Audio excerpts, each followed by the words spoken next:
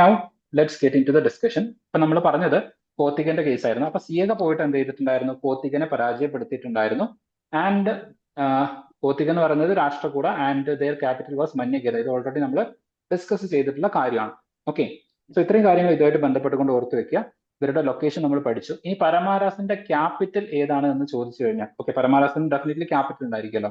അവരുടെ ക്യാപിറ്റൽ എന്ന് പറയുന്നത് ദർ ആൻഡ് മണ്ടു. രണ്ട് ക്യാപിറ്റൽസ് ഉണ്ടായിരുന്നു, ദർ ആൻഡ് മണ്ടു.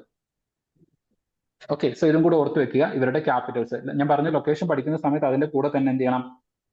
ക്യാപിറ്റലും പഠിച്ചു വെക്കണം എന്ന് പറഞ്ഞിട്ടുണ്ടായിരുന്നു. ഓക്കെ, സോ ഈ ഒരു കാര്യം കൂടെ ക്ലിയർ ആണെന്ന് വിചാരിക്കുന്നു. ദെൻ ഇപ്പൊ നമ്മൾ സിയഗന്റെ കേസ് പറഞ്ഞു. സിയഗ കഴിഞ്ഞിട്ട് പിന്നീട് വരുന്ന ഒരു മേജർ ആയിട്ടുള്ള റൂളർ എന്ന് പറയുന്നത് മുഞ്ചയാണ്. Okay, like Munja. But Munja എന്നുള്ള പേരിലായിരുന്നില്ല അദ്ദേഹം അറിയപ്പെട്ടിട്ടുണ്ടായിരുന്നത്. അദ്ദേഹം അറിയപ്പെട്ടിട്ടുണ്ടായിരുന്നത് അമോഘ വർഷൻ എന്ന പേരിലായിരുന്നു. ഓക്കെ, അമോഘ വർഷൻ. ഇത് കൂടാതെ അദ്ദേഹത്തിന് മറ്റ് രണ്ട് പേരുകളും കൂടെ ഉണ്ടായിരുന്നു. ഒന്ന് പൃഥ്വിവല്ലഭ. ഓക്കെ, പൃഥ്വിവല്ലഭ. രണ്ടാമത്തത് ശ്രീവല്ലഭ. ഓക്കെ, വല്ലഭ. ഈ മൂന്ന് പേരുകളിലും അറിയപ്പെട്ടിരുന്നത് ഈ സെയിം ആള് തന്നെയായിരുന്നു. ഇപ്പൊ UPSCയുടെ പേപ്പറിൽ വേറെ ഡിഫറെന്റ് പേരുകളിൽ തന്നു കഴിഞ്ഞാലും അതൊന്ന് ഓർത്ത് വെക്കുക. അമോഘ വർഷ അല്ലെങ്കിൽ പൃഥ്വിവല്ലഭ, ശ്രീവല്ലഭ എന്നൊക്കെ ചോദിച്ചു കഴിഞ്ഞാൽ ഇതെല്ലാം പരമാര ഡൈനാസ്റ്റിയിൽ പെട്ട റൂളർ തന്നെയാണ് എന്നുള്ളത് ഓർത്ത് വെക്കുക. ഞാൻ നേരത്തെ പറഞ്ഞു മേജർ ആയിട്ടുള്ള റൂളേഴ്സ് ആരൊക്കെയാണ് എന്നുള്ളത് നിങ്ങൾ പഠിച്ചു വെക്കണം എന്ന് പറഞ്ഞിട്ടുണ്ടായിരുന്നു. അങ്ങനെ കോണ്ടെക്സ്റ്റിൽ ഞാൻ നിങ്ങൾക്ക് മേജർ ആയിട്ടുള്ള റൂളർ ആരൊക്കെയാണ് എന്നുള്ളത് പറഞ്ഞു തരികയാണ് ഇവിടെ ചെയ്തിട്ടുള്ളത്. ഓക്കെ, അതിൽ കൂടുതൽ കൺഫ്യൂഷൻ ആവേണ്ട കാര്യമൊന്നും ഇല്ല. ഓക്കെ, ഇത് ക്ലിയർ ആണോ? Okay, fine. ഇനി ഈ പരമാര ഡൈനാസ്റ്റിയിലെ വൺ ഓഫ് ദി എന്താ പറയാ ദ ഡോമിനന്റ്, ഇപ്പൊ നമ്മൾ പറയാറുണ്ട് മുഗൾ ഡൈനാസ്റ്റിയിൽ അക്ബർ, അതുപോലെ ലൈക്ക് ഷാജഹാൻ, ജഹാംഗീർ, ഇവരായിരുന്നു ഏറ്റവും ടോപ്പിൽ എന്ന് പറഞ്ഞു. അതുപോലെ പരമാര ഡൈനാസ്റ്റിയിൽ ഏറ്റവും ഇമ്പോർട്ടന്റ് ആയിട്ട് നമ്മൾ പഠിക്കേണ്ട അല്ലെങ്കിൽ അതിന് ടോപ്പിൽ നിൽക്കുന്ന റൂളർ ആരാന്ന് ചോദിച്ചു കഴിഞ്ഞാൽ that is Bhoja. Okay, Bhoja Raja. So അദ്ദേഹമായിരുന്നു പരമാര ഡൈനാസ്റ്റിയിലെ ദ മോസ്റ്റ് ഇമ്പോർട്ടന്റ് റൂളർ എന്ന് പറയുന്നത്. അപ്പം അത് അതിന്റെ കൂടെ ഒന്ന് ഓർത്ത് വെക്കണം. ദെൻ ഈ പരമാര ഡൈനാസ്റ്റിയുടെ ലൊക്കേഷൻസിൽ വരുന്ന പ്രധാനപ്പെട്ട ഒന്ന് രണ്ട് പ്രദേശങ്ങൾ ഒന്ന് ഓർത്ത് വെക്കണം. ഓക്കെ, ഇഫ് പോസിബിൾ നിങ്ങൾ ജസ്റ്റ് ഒന്ന് സെർച്ച് ചെയ്ത് നോക്കുക പരമാര ഡൈനാസ്റ്റിയിൽ വരുന്ന മേജർ ആയിട്ടുള്ള പ്രദേശങ്ങൾ ഏതൊക്കെയാണെന്നുള്ളത്. അപ്പൊ അതിൽ ഏറ്റവും ഇമ്പോർട്ടന്റ് ആയിട്ട് വരുന്ന ഒരു പ്രദേശമാണ് ഭോജ്പൂർ. ഓക്കെ, ഭോജ്പൂർ. ഈ ഭോജ ഡൈനസ്റ്റി എന്ന് കേൾക്കുന്ന സമയത്ത് തന്നെ നിങ്ങൾക്ക് അത് മനസ്സിലായിട്ടുണ്ടായിരിക്കും എന്തുകൊണ്ടാണ് ഇതിനെ ഭോജ്പൂർ എന്നുള്ള പേര് വിളിക്കുന്നത് എന്നുള്ളത്. Okay, so obviously the name came from this ruler. അപ്പം ഭോജ്പൂർ, ഇപ്പൊ പരമാര ഡൈനസ്റ്റി റൂൾ ചെയ്തിട്ടുള്ള ഒരു പ്രദേശമായിരുന്നു ഭോജ്പൂർ എന്ന് പറയുന്നത്. അതുപോലെ തന്നെ ഇദ്ദേഹം എന്ന് പറയുന്നത് he was like A benevolent king and also like very valiant. അപ്പൊ അത്രത്തോളം കറേജിയസ് ആയിട്ട് ഈ പരമാരാസിനെ അതിന്റെ പീക്കിലേക്ക് കൊണ്ടുപോയിട്ടുള്ള ഒരു രാജാവായിരുന്നു. അതുകൊണ്ട് തന്നെ ഇദ്ദേഹത്തിന്റെ പേരിൽ ഒരു ടെമ്പിൾ ഒക്കെ കൺസ്ട്രക്ട് ചെയ്തിട്ടുണ്ട്. ആ ടെമ്പിളിന്റെ പേരാണ് Bhojeshwar. Okay, Bhojeshwar temple.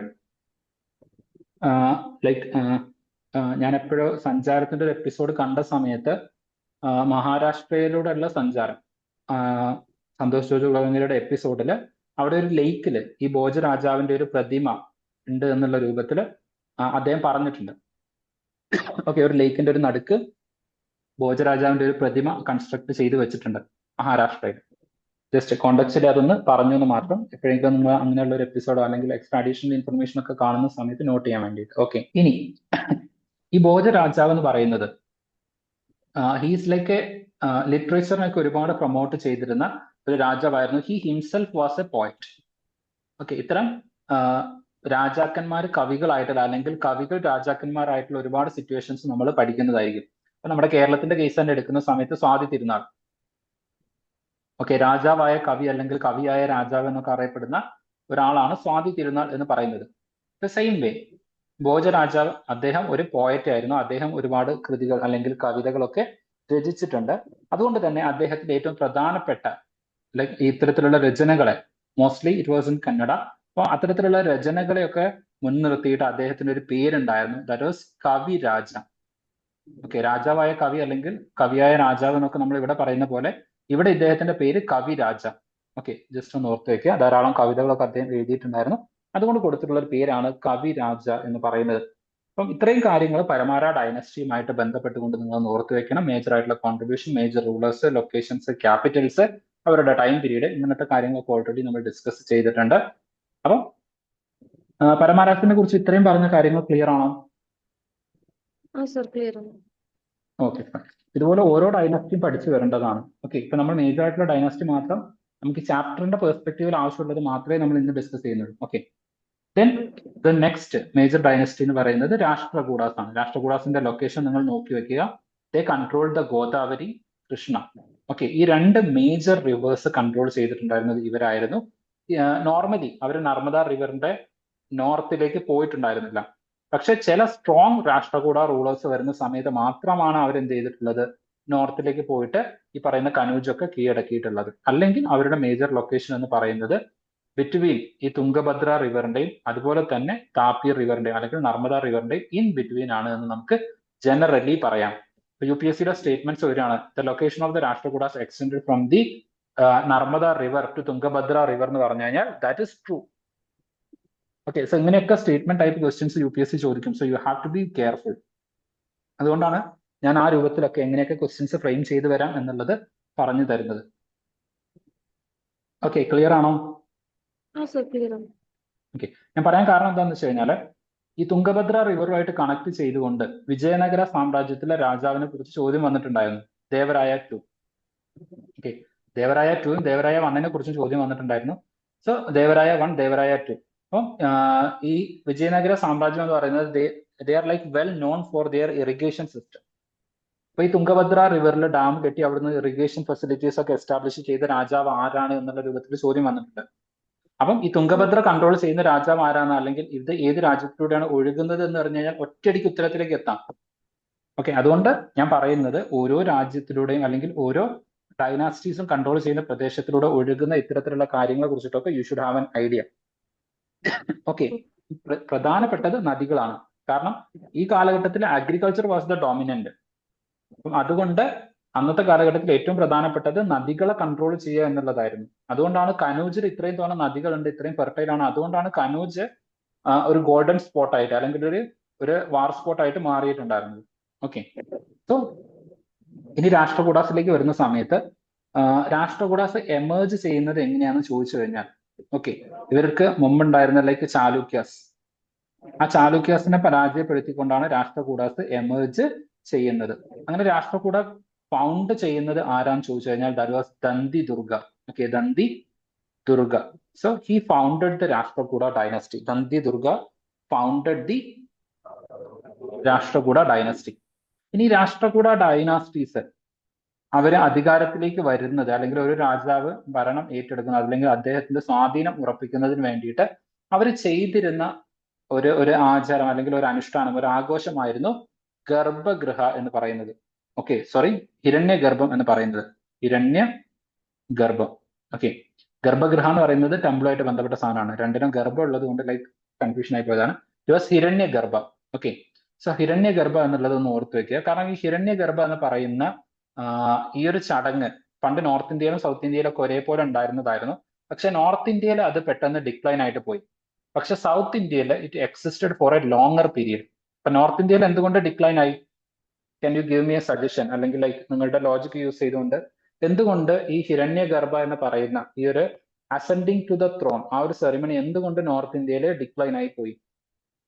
Use your logic.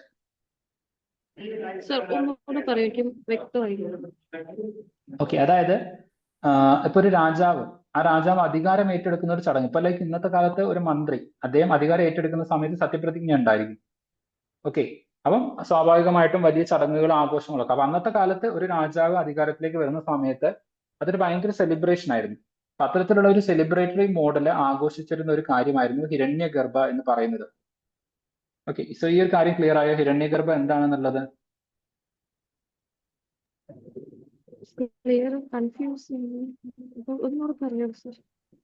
Okay, അതായത് ഒരു രാജാവുണ്ട്. ആ രാജാവിന്റെ കാലഘട്ടം കഴിയുന്ന സമയത്ത് അടുത്ത രാജാവ് അധികാരത്തിലേക്ക് വരണം.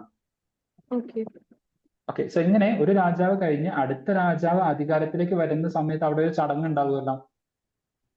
ആ അധികാര കൈമാറ്റ ചടങ്ങ്, അധികാരത്തിലേക്ക് വരുന്ന ചടങ്ങ്, ലൈക്ക് ചെങ്കോലും കിരീടമൊക്കെ കൊടുക്കുന്ന ഒരു ചടങ്ങ്, ആ മറ്റേ സിംഹാസനത്തിൽ കൊണ്ടുപോയി ഇരുത്തുന്നു. ഓക്കെ, ആ ചടങ്ങുകൾക്ക് പറയുന്ന പേരാണ് ഹിരണ്യഗർഭ. എന്ന് വെച്ച് കഴിഞ്ഞാൽ അധികാര ദാന ചടങ്ങ് അല്ലെങ്കിൽ അധികാര ആരോഹണ ചടങ്ങ് എന്നൊക്കെ നമ്മൾ പറയുന്നത്. ഓക്കെ, അപ്പം അത്തരത്തിലുള്ളൊരു ചടങ്ങാണ് ഹിരണ്യഗർഭ എന്ന് പറയുന്നത്. അപ്പം ഈ ഹിരണ്യഗർഭം എന്ന് പറയുന്നത് പണ്ട് കാലത്ത് നോർത്ത് ഇന്ത്യയിലും അതുപോലെ തന്നെ സൗത്ത് ഇന്ത്യയിലും വളരെ പ്രിവലന്റ് ആയിരുന്നു. എല്ലാ രാജാക്കന്മാരും ഈ ഹിരണ്യഗർഭം ലൈക്ക് ആ ഒരു സെലിബ്രേഷൻ നടത്തിക്കൊണ്ടായിരുന്നു അധികാരത്തിലേക്ക് വന്നിട്ടുണ്ടായിരുന്നത്. പക്ഷെ നോർത്ത് ഇന്ത്യയിൽ അത് പെട്ടെന്ന് ഡിക്ലൈൻ ആയി പോയി. സൗത്ത് ഇന്ത്യയിൽ വീണ്ടും ഒരുപാട് കാലത്തേക്ക് ഈ ഹിരണ്യഗർഭം എന്ന് പറയുന്ന ഈ ഒരു സെലിബ്രേഷൻ നിലനിന്നിട്ടുണ്ടായിരുന്നു. അപ്പൊ അതിന് കാരണം എന്താണെന്നാണ് ചോദിച്ചത്. അത് അവിടെ ഒരുപാട് ഡൈനാസ്റ്റീസ് മാറി മാറി വന്നുകൊണ്ടാണ്. യെസ്, അതൊരു റീസൺ ആണ്. പക്ഷെ സൗത്ത് ഇന്ത്യയിലും അങ്ങനെ ഒരുപാട് ഡൈനാസ്റ്റീസ് മാറി മാറി വന്നിട്ടുണ്ട്. ലൈക്ക് ചേര, ചോള, പാണ്ഡ്യ, രാഷ്ട്രകൂടാസ്, ഒക്കെ ചാലുക്യാസ്, ബദാമീസ്, പല്ലവാസ്, ഇങ്ങനെ പല റൂളേഴ്സ് സൗത്ത് ഇന്ത്യയിൽ മാറി മാറി വന്നിട്ടുണ്ടല്ലോ. But why it declined in north India?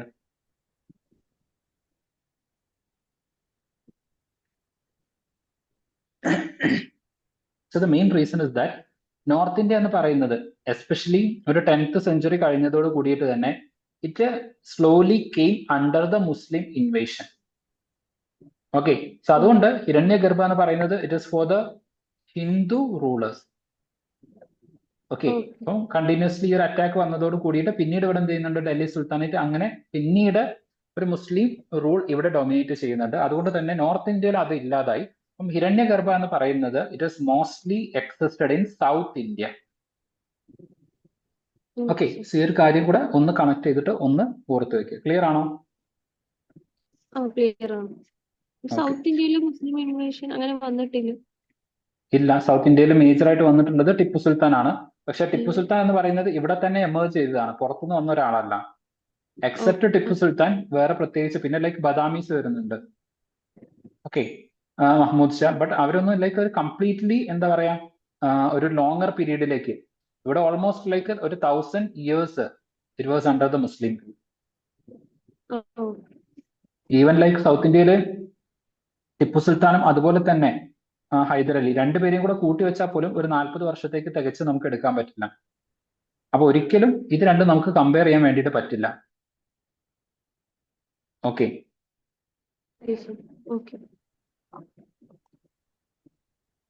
Sorry, ഞാൻ ഇവിടെ ബാമണി കിങ്ഡം കേട്ടോ, ഞാൻ ബദാമി എന്നാണ് നേരത്തെ പറഞ്ഞത്. ബാമണി കിങ്ഡം, ദേ വർ ആൾസോ മുസ്ലിം റൂളേഴ്സ്. ഓക്കെ, ലൈക്ക് ബാമണി കിങ്ഡം വരുന്നുണ്ട്, ബദാമീസ് ഓഫ് ചാലുക്യാസ് അതൊക്കെ വരുന്നുണ്ട്. സോ ബദാമീസ് ലൈക്ക് ചാലുക്യ റൂളേഴ്സിന്റെ വരുന്നതാണ്, അതുകൊണ്ടാണ്. ഓക്കെ, ബാമണി എന്ന് പറയുന്നത് ഇറ്റ് വാസ് എ മുസ്ലിം കാലഘട്ടത്തിൽ തന്നെ വരുന്നതാണ്. ആര്? ചാലുക്യാസ് ഇതിനു മുമ്പ്, അതല്ല ഞാൻ പറഞ്ഞത്, ലൈക്ക് രാഷ്ട്രകൂടാസ് ചാലുക്യാസിനെ പരാജയപ്പെടുത്തിയിട്ടാണ് പിന്നീട് എന്ത് വരുന്നത്, അധികാരത്തിലേക്ക് വരുന്നത്. Dandi Durga defeated the Chalukya king. അതുകൊണ്ടാണ് Chalukyas they now decline to the eastern Chalukyas and the western Chalukyas. Major Chalukyas defeat ആയിപ്പോയി, ഇവര് സൈഡിലേക്ക് ഒതുങ്ങിപ്പോയി. ഓക്കെ, ബദാമി ചാലുക്യാസ്, അതുപോലെ ലൈക്ക് ഈസ്റ്റേൺ വെങ്കി ചാലുക്യാസ്. അപ്പൊ ഇങ്ങനെ രണ്ട് രൂപത്തിലേക്ക് അവര് ഡിക്ലൈൻ ചെയ്യാണ് ചെയ്തത്. ഇനി ഹിരണ്യഗർഭത്തിലേക്ക് വരുന്ന സമയത്ത് നമ്മുടെ ട്രാവൻകൂർ റൂളേഴ്സ് അവരുടെ അധികാരത്തിലേക്ക് വരുന്ന ചടങ്ങിനെ പറയുന്ന പേരും ഹിരണ്യഗർഭം എന്ന് തന്നെയാണ്. ലൈക്ക് മാർത്താണ്ഡവർമ്മയായാലും അദ്ദേഹത്തിന് ശേഷം വരുന്ന ധർമ്മരാജാവായാലും ആയില്യം തിരുനാളായാലും ഒക്കെ, പിന്നീട് ഇങ്ങോട്ടേക്ക് വരുന്ന ചിത്തിര തിരുനാൾ മഹാരാജ വരെയുള്ള ഓരോ രാജാക്കന്മാരും അധികാരത്തിലേക്ക് വന്നിട്ടുള്ളത് ഹിരണ്യഗർഭം എന്ന് പറയുന്ന ഈ ഒരു അധികാരദാന അല്ലെങ്കിൽ അധികാര ആരോഹണ ചടങ്ങിലൂടെയാണ്. അതും കൂടെ അതിന്റെ കൂടെ ഒരു ജനറൽ നോളജ് ആയിട്ട് ഓർത്ത് വെക്കും. ഓക്കെ, ക്ലിയർ ആണോ? ഇത് മീൻസ് ഈ പട്ടാഭിഷേകം പോലുള്ള ചടങ്ങിനെയാണോ ഈ പറയുന്നത്? എക്സാക്ട്ലി. ഓക്കെ, മലയാളത്തിൽ പട്ടാഭിഷേകം തന്നെ പറയും.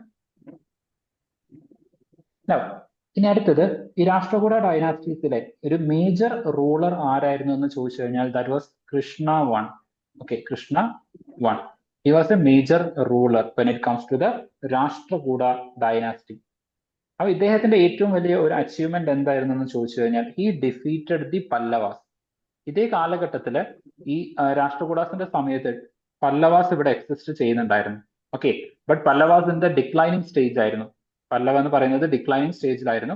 അപ്പൊ ഇവരുടെ ഡിക്ലൈൻ ഏകദേശം കംപ്ലീറ്റ് ആക്കാൻ വേണ്ടിയിട്ട്, അല്ലെങ്കിൽ ആ ഡിക്ലൈനിങ് ആയിരിക്കും, അല്ലെങ്കിൽ ആ ഒരു അധികാരം ക്ഷയിച്ചുകൊണ്ടിരുന്ന അവർക്ക് പോയിട്ട് ഒരു അടി കൊടുക്കുക എന്ന രൂപത്തില് പല്ലവാസിനെ പോയിട്ട് പരാജയപ്പെടുത്തിയിട്ടുണ്ടായിരുന്നത് കൃഷ്ണ വൺ ആയിരുന്നു. അതോട് കൂടിയിട്ട് പിന്നീട് പല്ലവാസ് കംപ്ലീറ്റ്ലി എന്ത് ചെയ്യുന്നുണ്ട്, അവരുടെ അധികാരം ക്ഷയിച്ച് ഇല്ലാതായി തീരുന്നുണ്ട്. സോ കൃഷ്ണ വണ്ണിന്റെ കാര്യം കൂടെ ഇവിടെ ഓർത്ത് വെക്കുക. He was A dominant ruler in the Rashtrakuta dynasty. Okay, so അത് ജസ്റ്റ് ഒന്ന് അവിടെ ഓർത്ത് വെക്കാം. ഇനി ഇദ്ദേഹത്തിന്റെ കാലഘട്ടത്തിൽ പണി കഴിപ്പിച്ച ഒരു ടെമ്പിൾ ഉണ്ട് that you should remember. Okay, and that temple was Kailashnath temple. Kailashnath temple. So this was a Shiva temple. കാരണം കൈലാഷ്നാഥൻ എന്ന് പറയുന്നത് it is Shiva. Okay, Shiva temple ആണ് Kailasanatha temple. Okay, and this temple is like very very significant. കാരണം ഈ ടെമ്പിളിന്റെ പെർസ്പെക്റ്റീവിൽ ഒരുപാട് ചോദ്യങ്ങൾ already UPSC ചോദിച്ചിട്ടുണ്ട്. കാരണം ഈ ടെമ്പിളിൽ മേജർ ആയിട്ട് 4 കാര്യങ്ങൾ ഈ ടെമ്പിളിൽ ഇൻകോർപ്പറേറ്റഡ് ആണ്, അല്ലെങ്കിൽ ഈ ടെമ്പിളുമായിട്ട് ബന്ധപ്പെട്ടിട്ട് 4 കാര്യങ്ങൾ ഇവിടെ ലൈക്ക് സ്കൾപ്റ്റ് ചെയ്ത് വെച്ചിട്ടുണ്ട്, കൊത്തി വെച്ചിട്ടുണ്ട്. ഓക്കെ, ആ 4 കാര്യങ്ങൾ ഏതൊക്കെയാണെന്നുള്ളത് ജസ്റ്റ് ഒന്ന് ഓർത്ത് വെക്കണം. അതിൽ ഏറ്റവും ഇമ്പോർട്ടന്റ് UPSC റിപ്പീറ്റ് ആയിട്ട് ചോദിച്ചിട്ടുള്ള ഒരു ചോദ്യം എന്ന് പറയുന്നത് രാവണ. ഓക്കെ, രാവണ ഈ രാമനും രാവണനും തമ്മിൽ, ഓക്കെ, രാവണനും തമ്മിൽ യുദ്ധം നടക്കുന്നതിന് മുമ്പായിട്ട് രാവണൻ എന്ത് ചെയ്യുന്നുണ്ട്, ശക്തി ലഭിക്കുന്നതിന് വേണ്ടിയിട്ട് ശിവനെ തപസ് ചെയ്ത് പ്രീതിപ്പെടുത്താനൊക്കെ ശ്രമിക്കുന്നുണ്ട്.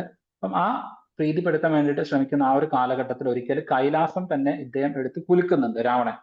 അപ്പം അതിന്റെ ഒരു സ്കൾപ്ചർ ഇവിടെ കാണാൻ വേണ്ടിയിട്ട് സാധിക്കും. That is Ravana shaking Kailasa. Okay, Ravana shaking Kailasa. ഈ ഒരു സാധനം UPSC പല തവണ ചോദ്യങ്ങളായിട്ട് ചോദിച്ചിട്ടുണ്ട്. Okay, I will just show you. ഇത് ലൈക്ക് സ്കൾപ്ചർ ആയിട്ട് മാത്രമല്ല, ഈവൻ ഒരു ചിത്രമായിട്ട് വരച്ചു വെക്കുകയും ചെയ്തിട്ടുണ്ട്. ഓക്കെ, അത്തരത്തിൽ ഡിഫറെന്റ് രൂപത്തിൽ ഡെപ്പിക്ട് ചെയ്യപ്പെട്ടിട്ടുള്ള ഒരു കാര്യമാണ് ഈ പറയുന്ന രാവണ ഷെയ്ക്കിംഗ് കൈലാസ എന്ന് പറയുന്നത്.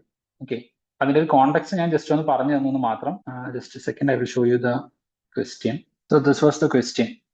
ഓക്കെ, ക്വസ്റ്റ്യൻ കാണുന്നുണ്ടോ? The popular depiction named Ravana shaking mount Kailasa is depicted in which of the following caves? Okay, and the answer was Ellora caves. കാരണം ഈ എല്ലോറ കേവ്സിലാണ് മൗണ്ട് കൈലാസ ടെമ്പിൾ എക്സിസ്റ്റ് ചെയ്യുന്നത്. ഓക്കെ, അല്ലെങ്കിൽ കൈലാസനാഥ് ടെമ്പിൾ എക്സിസ്റ്റ് ചെയ്യുന്നത് എല്ലോറ കേവ്സിന്റെ ഭാഗമായിട്ടാണ്. ഇനി ഈ മൗണ്ട് കൈലാസ അതും കൂടെ നിങ്ങളൊന്ന് കാണേണ്ടതാണ്. So it's like so significant. Okay, അത് നമ്മൾ ഈ ചാപ്റ്റർ കുറച്ചുകൂടെ മുന്നോട്ടേക്ക് പോകുന്ന സമയത്ത് നിങ്ങൾ അത് കാണും, mount Kailasa. Okay, no need to like go to the image right now. അപ്പൊ ഇത്രയും കാര്യങ്ങൾ ഇതുമായിട്ട് ബന്ധപ്പെട്ടുകൊണ്ട് ഇപ്പൊ നമ്മൾ പഠിച്ചു വെച്ചു. സോ ഒന്നാമത്തത് മൗണ്ട് ഷെയ്ക്കിംഗ്, അതായത് Ravana shaking the mount Kailasa. Then അടുത്തത് dancing Shiva and Vishnu. Okay, dancing Shiva and Vishnu. ഈ ഒരു സ്കൾപ്ചർ നിങ്ങൾക്ക് കൈലാസനാഥ ടെമ്പിൾ അല്ലെങ്കിൽ എല്ലോറ കേവ്സിന്റെ ഭാഗമായിട്ട് കാണാൻ വേണ്ടിയിട്ട് സാധിക്കുന്നതാണ്. Then the next is Lakshmi listening to music. Lakshmi listening to music. Lakshmi എന്ന് പറയുന്നത് വിഷ്ണുവിന്റെ ലൈക്ക് പത്നി അല്ലെങ്കിൽ സഹധർമ്മിണി എന്നൊക്കെ നമുക്ക് പറയാം. വിഷ്ണുവിന്റെ പാതിയാണ് ലക്ഷ്മി എന്ന് പറയുന്നത്. ഓക്കെ, ശിവന്റെ പാതിയാണ് പാർവതി എന്ന് പറയുന്നത്. ശിവന്റെ ഭാര്യയാണ് പാർവതി എന്ന് പറയുന്നത്. ദ സെയിം വേ വിഷ്ണുവിൻ്റെത് ലക്ഷ്മിയാണ്. So this Lakshmi listening to music അതും ഈ പറയുന്ന എല്ലോറ കേവ്സിലെ മൗണ്ട് കൈലാസ് അവിടെ ഡെപിക്ട് ചെയ്തിട്ടുണ്ട്. ദെൻ ഫൈനൽ ആയിട്ട് വരുന്നതാണ് ദശാവതാര ഭൈരവ എന്ന് പറയുന്നത്. ഓക്കെ, ദശാവതാര ഭൈരവ എന്ന് പറയുന്നത്. അപ്പൊ ഇത്രയും കാര്യങ്ങൾ ഈ പറയുന്ന കൈലാസനാഥ ടെമ്പിൾ അല്ലെങ്കിൽ എല്ലോറ കേവ്സിൽ ഡെപിക്ട് ചെയ്തു വെച്ചിട്ടുണ്ട് എന്നുള്ളത് ഓർക്കുക. ഈ ഓരോന്നിൽ നിന്നും UPSC ചോദ്യം ചോദിക്കാൻ സാധ്യതയുണ്ട്. ഇത് ഓൾറെഡി രാവണ ഷെയ്ക്കിംഗ് കൈലാസ ചോദ്യമായിട്ട് വന്നതുമാണ്. ഓക്കെ, സോ ഇത് ക്ലിയർ ആണോ? ഓക്കെ, ഇനിയാണ് നമ്മൾ കുറച്ചുകൂടെ കൺഫ്യൂസിംഗ് ആയിട്ടുള്ള കാര്യം പഠിക്കാൻ പോകുന്നത്. ഈ രാഷ്ട്രകൂട ഡൈനാസ്റ്റീസിലെ ഇപ്പം ലൈക്ക് നമ്മൾ ഓൾറെഡി കൃഷ്ണ 1ന്റെ കാര്യം പറഞ്ഞു. ഓക്കെ, കൃഷ്ണ 2 ഒക്കെ ഇവിടെ പഠിക്കാനുണ്ട്. അതൊക്കെ നിങ്ങൾ ഹിസ്റ്ററി പഠിക്കുമ്പോൾ കുറെ കൂടെ ഡെപ്തിൽ പഠിക്കും. ഈ രാഷ്ട്രകൂട ഡൈനാസ്റ്റിയിൽ പിന്നെ മേജർ ആയിട്ട് വരുന്ന ഒരു റൂളറാണ് അമോഘവർഷ. ഓക്കെ, അമോഘവർഷ 1. അമോഘവർഷ ഓൾറെഡി നമ്മൾ പഠിച്ചിട്ടുണ്ടായിരുന്നു പരമാരാസ് പഠിക്കുന്ന സമയത്ത്. അവിടെ നമ്മൾ പറഞ്ഞിട്ടുണ്ടായിരുന്നു അദ്ദേഹത്തിന് വേറെയും ഡിഫറെന്റ് ആയിട്ടുള്ള പേരുകളൊക്കെ ഉണ്ടായിരുന്നു എന്നുള്ളത്. ഓക്കെ, അമോഘവർഷന്റെ മറ്റു 2 പേരുകളായിരുന്നു പൃഥ്വി വല്ലഭ, അതുപോലെ തന്നെ ശ്രീ വല്ലഭ എന്ന് പറയുന്നത്. അദ്ദേഹത്തിന്റെ ഒരു ഒറിജിനൽ പേര് മുഞ്ച എന്ന് പറയുന്നതായിരുന്നു. ഓക്കെ, ഇതൊക്കെ നമ്മൾ ഓൾറെഡി പഠിച്ച കാര്യമാണ്. പിന്നെ ഇവിടേക്ക് വരുന്ന സമയത്ത് അമോഘവർഷ 1 എന്ന് പറയുന്നത് രാഷ്ട്രകൂട റൂളേഴ്സിലെ ഒരു വെരി സിഗ്നിഫിക്കന്റ് ആയിട്ടുള്ള ഒരു റൂളർ ആയിരുന്നു. അപ്പൊ ഈ ഒരു അമോഘവർഷ 1 ഇദ്ദേഹത്തിന്റെ കേസ് എടുക്കുന്ന സമയത്ത് ഹി ഈസ് നോൺ ആസ്, അല്ലെങ്കിൽ he is also A poet. Okay, അദ്ദേഹവും ഒരു പോയറ്റ് തന്നെയായിരുന്നു. അതുകൊണ്ട് അദ്ദേഹത്തിനെ നമ്മൾ വിളിച്ചിരുന്ന ഒരു പേരായിരുന്നു, അല്ലെങ്കിൽ അദ്ദേഹത്തിന് കൊടുത്തിരുന്ന ഒരു പേര് നമ്മൾ നേരത്തെ പറഞ്ഞ പോലെ തന്നെ അദ്ദേഹത്തിന്റെ ഒരു കൃതിയായിട്ട് നമുക്ക് കൺസിഡർ ചെയ്യാൻ പറ്റുന്നതാണ് കവിരാജമാർഗം. ഓക്കെ, കവി രാജമാർഗ അദ്ദേഹത്തിന്റെ ഒരു കൃതിയാണ്. ഓക്കെ, കവിരാജമാർഗ എന്ന് പറയുന്നത് കവിരാജമാർഗം. കവി രാജ അങ്ങനെ എന്തോ ഒരു പേര് ഉണ്ടായിരുന്നു. അത് ഭോജരാജാവ്. ഭോജരാജാവിന് നൽകിയ പേരാണ് കവിരാജ എന്ന് പറയുന്നത്. ഓക്കെ, കവി രാജ ഇത് അദ്ദേഹത്തിന് നൽകിയ പേരാണ്. നമ്മുടെ കേരളത്തിലാണെന്നുണ്ടെങ്കിൽ സ്വാതി തിരുനാൾ നൽകിയിട്ടുള്ള പേരാണ് കവിരാജൻ എന്ന് പറയുന്നത്. ബട്ട് ഇവിടെ വരുന്ന സമയത്ത് കവിരാജമാർഗ ഇത് ഒരു വർക്കാണ്, ഒരു ലിറ്റററി വർക്കാണ്, പേരല്ല. ഓക്കെ, ദെൻ ഇദ്ദേഹമായിട്ട് ബന്ധപ്പെട്ട് അടുത്തതായിട്ട് ഓർത്തു വെക്കേണ്ടത്, ഇപ്പൊ നമ്മൾ പറഞ്ഞു ഈ എല്ലോറ കേവ്സ്. ഓക്കെ, എല്ലോറ കേവ്സിലെ മൗണ്ട് കൈലാശനാഥ ടെമ്പിൾ അതിന്റെ കൺസ്ട്രക്ഷൻ നടക്കുന്നത് കൃഷ്ണവർമ്മ രാജാവിന്റെ കാലഘട്ടത്തിലാണ്, അല്ലെങ്കിൽ അദ്ദേഹമാണ് അതിന്റെ മേജർ ആയിട്ടുള്ള വർക്കുകളൊക്കെ ചെയ്യുന്നത് എന്ന് പറഞ്ഞു. അതേപോലെ തന്നെ ഈ എല്ലോറ കേവ്സിലെ ഒരു 5 ജെയിൻ ടെമ്പിൾസ് കൺസ്ട്രക്ട് ചെയ്യുന്നത് അമോഘവർഷ 1ന്റെ കാലഘട്ടത്തിലാണ്. അമോഘവർഷ 1ന്റെ കാലഘട്ടത്തിലാണ് ജെയിൻ ടെമ്പിൾസിൽ ഒരു 5 ജെയിൻ ടെമ്പിൾസ് എല്ലോറ കേവ്സിൽ കൺസ്ട്രക്ട് ചെയ്യുന്നത്. ഓക്കെ, അല്ലെങ്കിൽ ബിൽഡ് ചെയ്യുന്നത്. അപ്പൊ ഇത് ഞാൻ പറയാനുള്ള കാരണം എന്താണെന്ന് വെച്ച് കഴിഞ്ഞാൽ, നേരത്തെ ഞാൻ പറഞ്ഞു ഈ എല്ലോറ കേവ്സിലെ കൈലാശനാഥ ടെമ്പിൾ എന്ന് പറയുന്നത് ശിവ വേർഷിപ്പിന് വേണ്ടിയിട്ടാണ്. Okay, and this is for the Jainism. എന്ന് വെച്ച് കഴിഞ്ഞാൽ this rulers were tolerant. Okay, this rulers were tolerant. അത് മാത്രമല്ല, ഇവിടെ നിങ്ങൾ നോക്കുന്ന സമയത്ത് it also shows the secular nature of the society. Secular nature of the society. Okay, and the existence of the different religion in the same kingdom. എന്ന് വെച്ച് കഴിഞ്ഞാൽ കുറെ കൂടെ കൃത്യമായിട്ട് പറഞ്ഞു കഴിഞ്ഞാൽ പ്ലൂറലിസ്റ്റ് സൊസൈറ്റി. ഇതൊക്കെ ഞാൻ പറയാൻ കാരണം എന്താണെന്ന് വെച്ച് കഴിഞ്ഞാൽ UPSC ഈ പെർസ്പെക്റ്റീവില് ചോദ്യം ചോദിച്ചിട്ടുണ്ട്. ഓക്കെ, UPSC ഇതേ പെർസ്പെക്റ്റീവില് പ്രീവിയസ് ഇയറിൽ ചോദ്യം ചോദിച്ചിട്ടുണ്ട്. മെയിൻസ് എക്സാമിനേഷൻ ആയിരുന്നു ആ ഒരു ചോദ്യം ചോദിച്ചിട്ടുണ്ടായിരുന്നത്. Okay, I will just show you the question. ആ ഒരു ചോദ്യം ഞാൻ നിങ്ങൾക്ക് ജസ്റ്റ് കാണിച്ചു തരാം. That's also important. ഓക്കെ, വളരെ കൃത്യമായിട്ട് ആ ഒരു ചോദ്യം നിങ്ങൾക്ക് ആൻസർ ചെയ്യണമെന്നുണ്ടെങ്കിൽ U should have this informations in your mind. അല്ലെങ്കിൽ ആ ഒരു ചോദ്യം അങ്ങനെ പ്രോപ്പറായിട്ട് ആൻസർ ചെയ്യാൻ കുറച്ച് ബുദ്ധിമുട്ടാണ്.